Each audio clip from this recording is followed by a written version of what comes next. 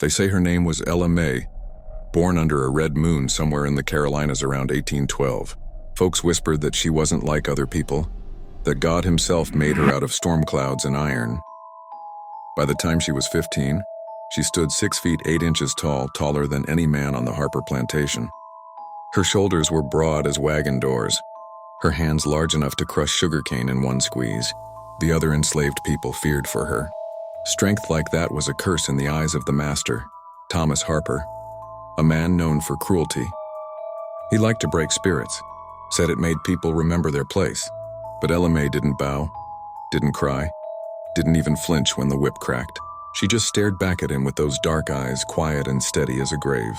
One summer, Harper's temper grew worse. Crops were dying, money was thin, and he blamed the people working his fields.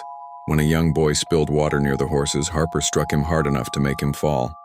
Ella Mae stepped forward, calm as a preacher on Sunday, and said, "You hit him again and I'll hit you back."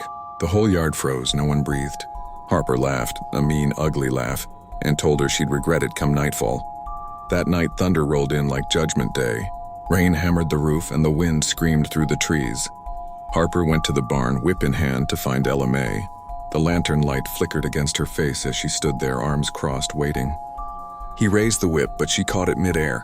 What happened next became plantation legend. She pulled him toward her like a child and snapped the handle of that whip in half. Harper stumbled back, cursing, reaching for his pistol. But Ella Mae moved faster. They say she wrapped one massive hand around his throat and lifted him clear off the ground. The rain came down in sheets, washing the blood into the dirt. By morning, Harper was gone, vanished. His body was never found. All they saw were drag marks leading into the swamp and giant footprints beside them. When the overseers came looking for Ella Mae, the cabin was empty. The fields were silent. Some said she ran north and joined the Underground Railroad. Others swore she never left the swamp, that she became something else, a spirit of vengeance watching over the lost and hunted. Years passed. The plantation fell to ruin and the land was sold off. But the locals say that when the storms roll through the Carolina marshes, you can still see her silhouette.